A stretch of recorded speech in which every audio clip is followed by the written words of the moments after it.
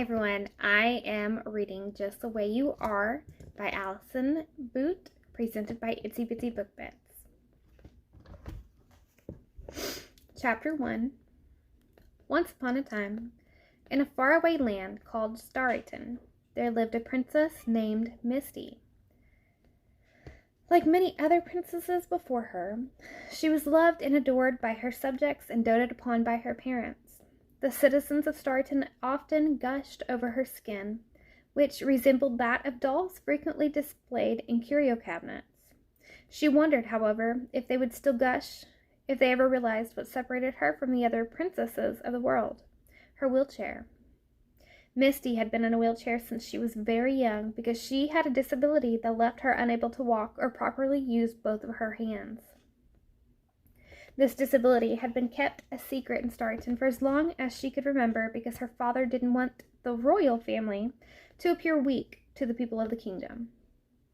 For years, her parents kept her comfortable but hidden in the highest tower of their castle. Misty had the best of everything and the nicest help. This included Dex, a Labrador retriever, as black as coal yet as soft as velvet. He was her service dog and the apple of her eye. Despite Dex's company, Misty couldn't help but feel like a cross between Rapunzel and Ariel because she was hidden from a world she so desperately wished to be a part of. She loved her parents and understood that they were only trying to protect the life that had always known. She was getting old by princess standards, though, and she wished to find love. Truth be told, she'd loved Prince Derek of Mooncrest, the neighboring kingdom, from afar for years. He loved to dance and was known for being as graceful as a gazelle, prancing through the forest when he did. His gentle nature and caring heart had also earned him a reputation as one of the kindest people for miles around. Once, Misty had seen his picture in the Starryton Gazette because he'd saved an elderly courtier, giving her CPR after a dance lesson gone wrong. Misty had spent countless hours since that night fantasizing about how he would fall in love with her in an instant if they ever danced. But she knew this could never happen unless her parents allowed her to leave her tower and join the world. She had several conversations with them about this over the years, to no avail.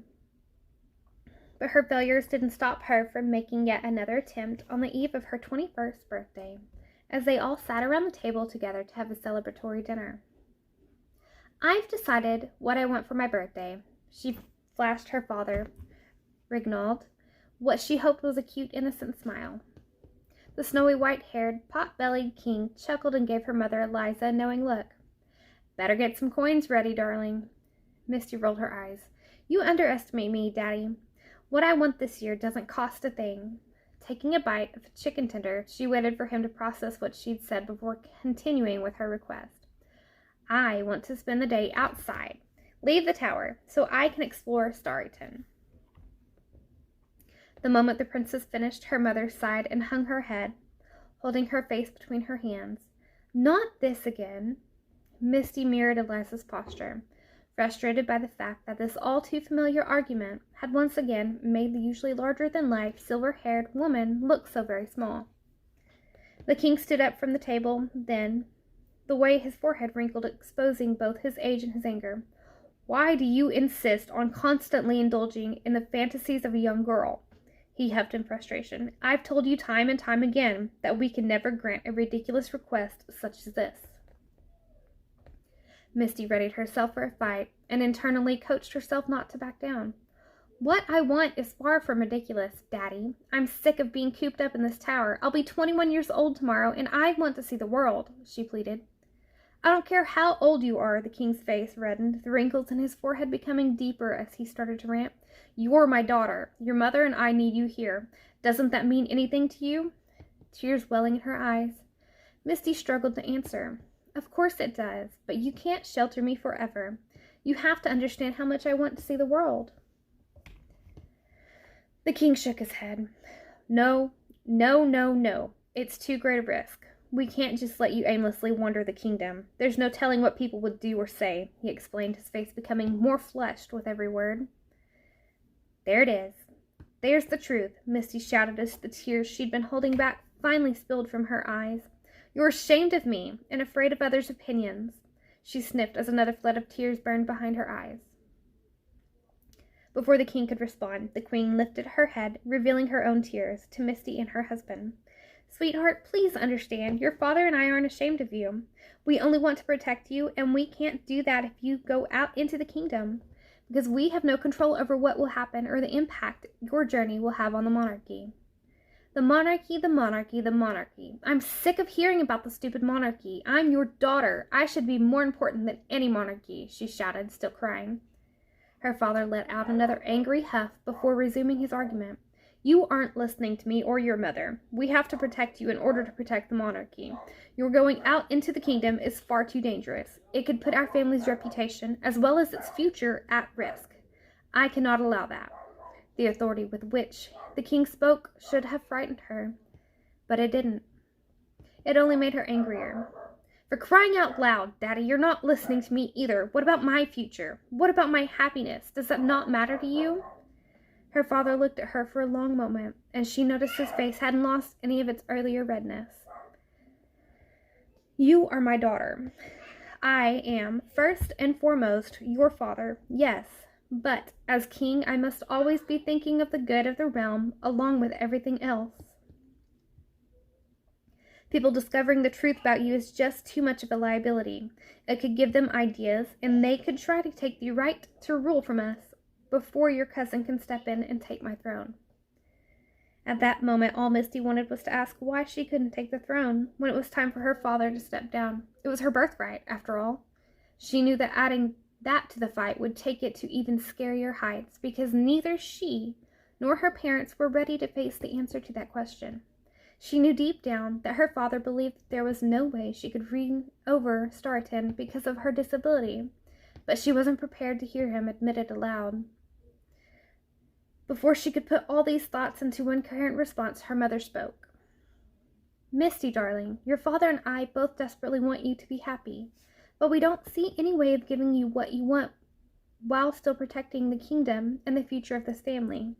Please, please understand," the queen said, sadness permeating her voice. Despite the deep anguish her parents were displaying for a moment, Misty felt a glimmer of hope. "What if there was a way to do both? A way to allow me to see the world and protect the monarchy at the same time?" "What do you mean?" Confusion was written in her parents' features as two voices asked one question. Misty smiled ever so lightly through the tears that hadn't stopped falling. "I don't necessarily have to explore this kingdom. I could explore another kingdom, one where people won't know me. Our neighbor kingdom of Mooncrest is an option." "Absolutely not. I would never allow such a thing. Ever," the king bellowed, a large vein in his forehead becoming visible and his face going from red to almost purple with the force of his words. "The real reason you want to leave is clear now. It has nothing to do with wanting to see the world. All you want to do is meet that stupid boy you talk about incessantly, disgracing your family in the process." He let out a single angry chuckle. "Well, that's not going to happen. You are never to leave this tower for any reason, let alone to explore this kingdom or any other. That is an order." Her father stomped away from the table and slammed the door that led to the castle proper behind him. Her mother could only shake her head in horror and cry with renewed emotion as she watched the king leave. "How could you even think of doing this to the family?" she asked as she wiped away tears with a finger. The princess wished she could reason with her mother and explain once again that she wished to focus more on her personal happiness than that of the realm. She wanted to point out that the possibility of disgracing the family hadn't even crossed her mind when this brilliant plan was created. But before she could even utter a syllable, the queen ran after the king, still sobbing. Misty sat in her tower for a while after her parents left, replaying the argument in her mind. She eventually sighed, coming to the conclusion that she would never be able to please her parents and fulfill her true desires. Dex walked over and placed his head in her lap, as though he sensed her sadness and wanted to remind her of his presence. "Hey, bud," she offered him the slightest of smiles as she petted his head. "So sorry you had to hear us fight again. I should have guessed this was going to happen. If there's anyone in the world they really want to keep me from, it's him." She chuckled half-heartedly. Tears dotting Dex's fur as she continued to pet him and think about how ironic her request was. She had had a crush on Derek for years. The irony of her urge to explore his kingdom lay not in this, but in the fact that Mooncrest and Starrington had once formed the United Kingdom of Starry Crest. Taking things a step further, for years, Misty and Derek's families had practically been one entity, due to, in part, to Derek's grandfather having been her grandfather's trusted second-in-command, often helping to resolve conflict in the land. As a result, her father and Derek's father, Archibald, had grown up as friends, and both happened to be promising chefs as teenagers. Their friendship irrevocably dissolved, and consequently the kingdom was torn apart by a cooking competition that determined the land's official chef. Misty could still remember how frustrated her father had gotten the couple of times she'd heard him speak about it. It was entirely too unrealistic, he'd say. No self-respecting chef can make a dish meant for a king in 30 minutes. And let me tell you something else. Only your grandfather could have thought of something that crazy. Misty figured that her father called the competition unrealistic because not only were competitors given only half-hour to make their dishes, they were also required to use no ingredients other than those chosen by the king. These remained a mystery to the competitors until the start of each day's challenge. According to the majority of the people present for the event, neither teen was surprised when they were presented with the makings of a perfect chocolate cupcake, the king's favorite dessert, as the final task. Misty laughed to herself, continuing to pet Dex on the head as she recalled how dramatic her father had acted the few times he'd shared his version of the tale. Even though it had happened years before she was born, she could perfectly picture her father's proud expression following the moment the king became ill after eating the confection he'd been so confident about. Worse yet, she could see his beet-red expression and the anger that filled his eyes when her grandfather decided to name Archibald the official chef of the kingdom over his own son. She'd seen his features set in a similar way many times. However, she couldn't begin to imagine the extent of her father's rage after it was discovered that vanilla, which the king happened to be allergic to, was somehow put into the batter he'd mixed. Although she understood why he did so, Misty wished her father hadn't been so quick to accuse Archibald of committing the crime. It was this accusation that ignited a feud between the two families, a rift which ultimately led to their inability to effectively govern together in the creation of two individual realms.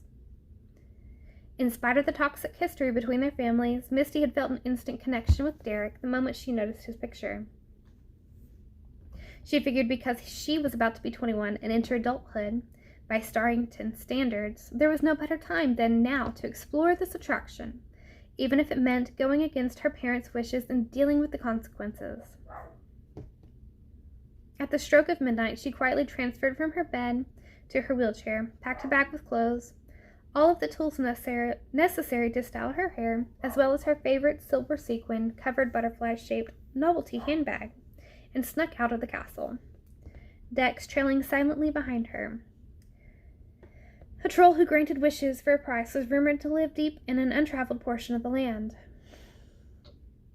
Misty decided she was going to request that she have the ability to walk and dance, in addition to becoming as breathtaking as a setting sunset.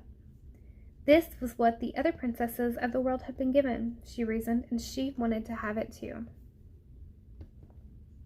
Misty and Dex made it to the troll's hut at the edge of the forest within 3 hours. Taking a steadying breath and touching Dex's cold black nose to reassure him as he came to a stop beside her, she entered the hut and cleared her throat to get the troll's attention. To Misty's surprise, the troll greatly resembled the treasure trolls she loved and spent hours playing with as a little girl. The only differences lay in the fact that this particular troll, known as Travella, was taller than a skyscraper, most likely weighed more than a sumo wrestler, had hair and gemstone as black as night, and looked as though a smile hadn't graced her for 500 years. Chapter 2. Who dares darken the doorway of my hut at such an early hour? The troll's voice was thick and raspy, but she still somehow managed to yell. The Princess of Starryton, answered Misty, her voice a squeak as she rolled into the light. My dear child, I see why you've come to me. I only wonder what took you so long, Travella said in a condescending tone as she eyed Misty's wheelchair disdainfully. Yes, Travella, I have hidden my true self from the kingdom for years. I have decided from this day forward to hide no longer. I wish for nothing more than to be able to walk and dance like a graceful angel, so that Prince Derek of Mooncrest will fall in love with me," she declared wistfully, her eyes sparkling with love.